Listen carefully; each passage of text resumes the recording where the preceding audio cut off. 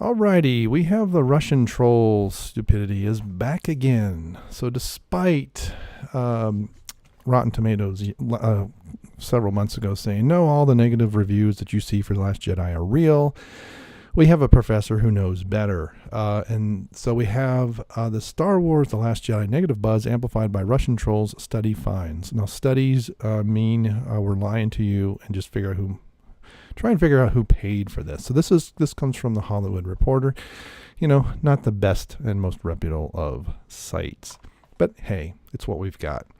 So an academic paper finds that half of criticism aimed at director Rian Johnson was politically motivated. Now, I will say this, I bet you the paper was politically motivated.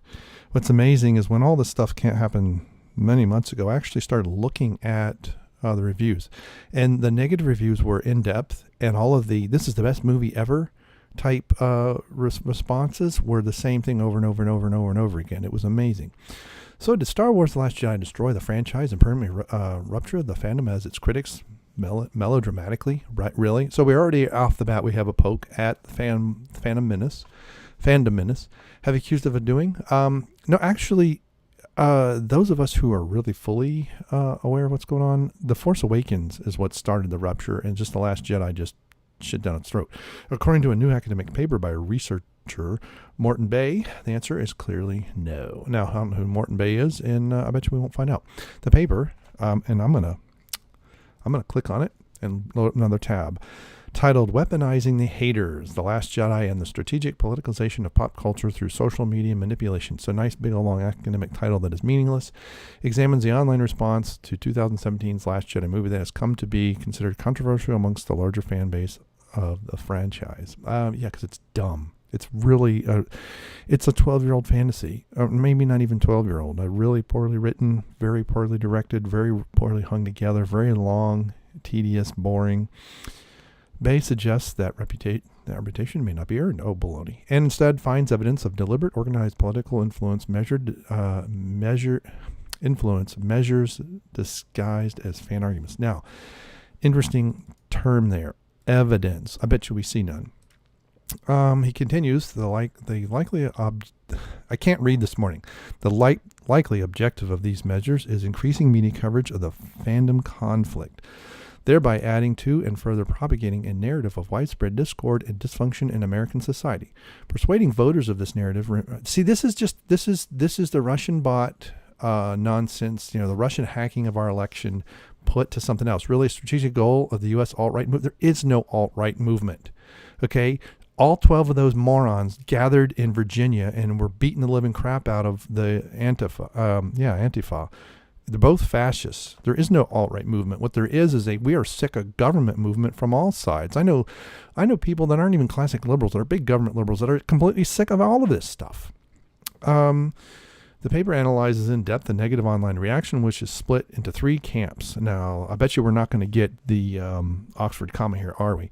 Those with the political agenda, which are all on the left, trolls, and there should be a comma, and what Bey calls real fantagonists, which he defines as a genuine Star Wars fan disappointed in the movie. Now, that is the fandom menace.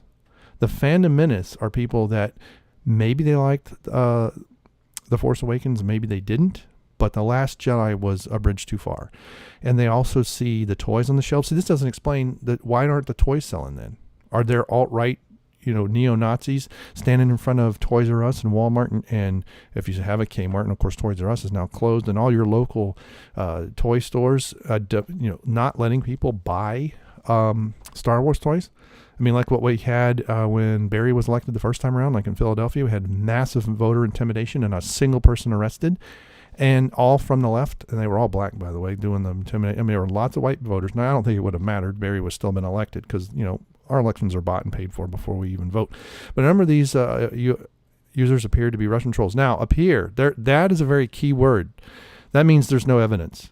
This is an appearance. This is a subjective. This is not objective. This is a subjective assertion with no evidence. Moreover, he suggests complaints about Lucasfilm reported politicizing of the franchise. It was politicized from the start, but not this this force-fed SJW nonsense. This is also what people are rejecting. Tell us a good narrative, and we don't care if it could be an all-woman cast, and if it was a great story, there'd be people lining up to see it 19 times. Of the disaffected fans, says more about the fans than it does Disney, or no, it doesn't. It exactly says things about Lucasfilm. We want a good story. The original trilogy was a good story first. The prequel trilogy was a good story. The problem is it wasn't hashed out well and the execution was poor. But the way that the Jedi were basically full of themselves, they had 1,000 generations of peace, and they were in charge, and pounding their chests, and we're so bad, and right under their noses. I mean, this is the typical arrogance. This is just the Greek tragedy told in a larger scale. Their hubris was their downfall. It was a very good setup. It was somewhat poorly executed, and you can argue about the casting, but a lot of that's because Lucas just had too many people who didn't say no to it. Didn't have enough people who said no to him. The diverse political discourse of the study period and the months leading up to it has likely primed these fans with a particular type of political message. No, we saw this in the The Force Awakens, and then The Last Jedi just took that trout and smacked us in the face with it. In response to a tweet announcing the release of the paper, Last Jedi director shared a tweet adding, looking forward to reading it, but what the top line describes is consistent with my experience online. Yeah, right. And then all the trolling has been done on that side. And that's the other, I remember reading some article there talked about why Daisy Ridley and, Kelly Marie Tran left Instagram, or Twitter. They shut all that stuff down. Had nothing to do with the trolls. That was all baloney. So now here's an abstract. Morten Bey. Oh, good grief! I mean, look at this soy boy. Political discourse on social media is polarized, hydraulic, and perpetuated by falsehoods and misinformation. See, and this again, the Oxford comma would help clarify what this. The falsehoods and misinformation are all from one side. The rest of us are just tired of bad, horrible movies. Political operators have exploited all these aspects. Bullcrap. This is the study finds evidence of deliberate. Yeah, and I'm not going to pay to. Well, we can download. Oh, can we download weaponizing haters? Page. Yeah. Department of Information Studies. Really, baloney. IS Department. Yep. So there we go. Campaign election, of which there is zero evidence. Current influence, although the Russians wanted Hillary to win, so your narrative is already wrong just from the start. So the study finds a collective of tweets relating to a much polarized, and if there was collusion, there was influence, outside influence in our election, that was the Obama administration's responsibility to find and prosecute that, and they did nothing.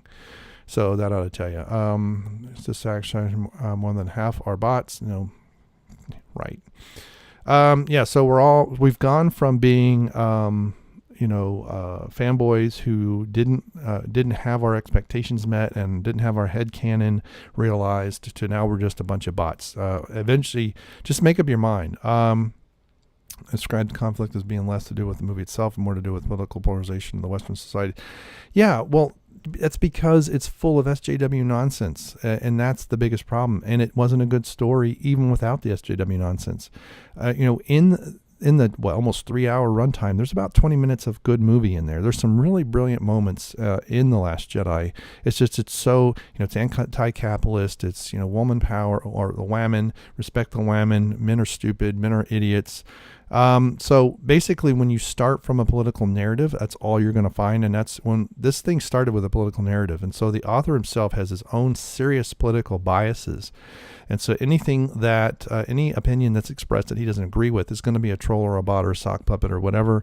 And then he's going to tie in the Russians. So this is already starts as nonsense. And, so that's why we get these articles that are basically, this is, again, more excuses as to why the movie was not that good. And none of it is at the hands of the writer and the director. And that's where it all should be. That's where it ends. That's where it starts. The buck stops there. It's all Rian Johnson's fault. It was his first draft. He didn't, we can go on and on and on.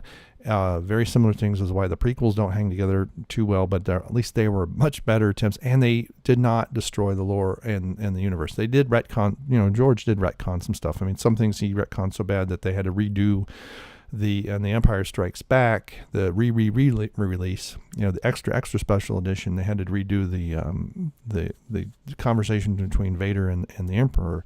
So he did retcon some stuff. Some of it he made a little better. Some of it was worse. It's kind of like picking at a scab. Just let it heal. But yeah, this is as a political hit piece. Is this? This is another. This is Jumanji actor. Okay, so that's something else. But anyway, so there you go. There's the article. There's the paper. I don't want to join for free. The paper is just as dumb as you would expect. It starts with a political narrative and then tries to prove the political narrative. There's still, this is just discourse. There's no evidence being presented. Related work, great. A method, okay. Collecting tweets, no mass collection of tweets has been performed since the only tweets engagement have been collected. That means that means he's not collecting tweets that disprove his narrative and his assertion. Manual, yeah. So and you can, depending on what algorithm you use, you can make any bit of information say anything you want. So this is why it's a study and not an actual experimentation, because political agenda. You definitely started with the political. I'm glad you listed it first. Identifying sock pockets opposed to with little or no human. Yeah. Okay. So there's pretend to do science in here. This is pseudoscience at best. And the fact that it's 50.9% ought to tell you something. That means they've filtered it just enough to make it to say, so they can say most or majority, and they've also lumped two things together: political motivator, not even human. So that's quite an assertion. It's quite a lumping together, because it could be politically motivated. And how much of that 50.9% is politically motivated, and how much of it is and so what if they're not even human? And what is that? Somebody's inputting something for a bot to say, even if it's a bot account. Bots don't typically just create their own tweets. Now they may retweet automatically or something, look for keywords and retweet. So yeah, this is how, this is just blah, blah, blah, blah, blah, blah. Yeah, but we know, well, no one wants to take her place. That's why she didn't get fired, and she will be gone. Once her trilogy's done, unless episode 9, Plan 9 from Outer Space, is so incredible and does $3 billion, she's done. The toys aren't selling. The toy manufacturers, when they go up to renew, are not paying the big prices anymore. So even in the Disney stores, the Star Wars toys are almost non-existent. So as a brand, it is highly, highly, highly tarnished. And I fully expect to let her run her trilogy. She'll step down, she'll retire, and they won't do any Star Wars at all for a while. And then we'll get some kind of renewal, probably in 5 or 6 years. So, which will disprove this idiot's assertion. And this is just gibberish. You can read it yourself, but it's pretty much gibberish. All right. Thanks for stopping by. Thanks for clicking like. Thanks for sharing. We'll see you next time. Bye.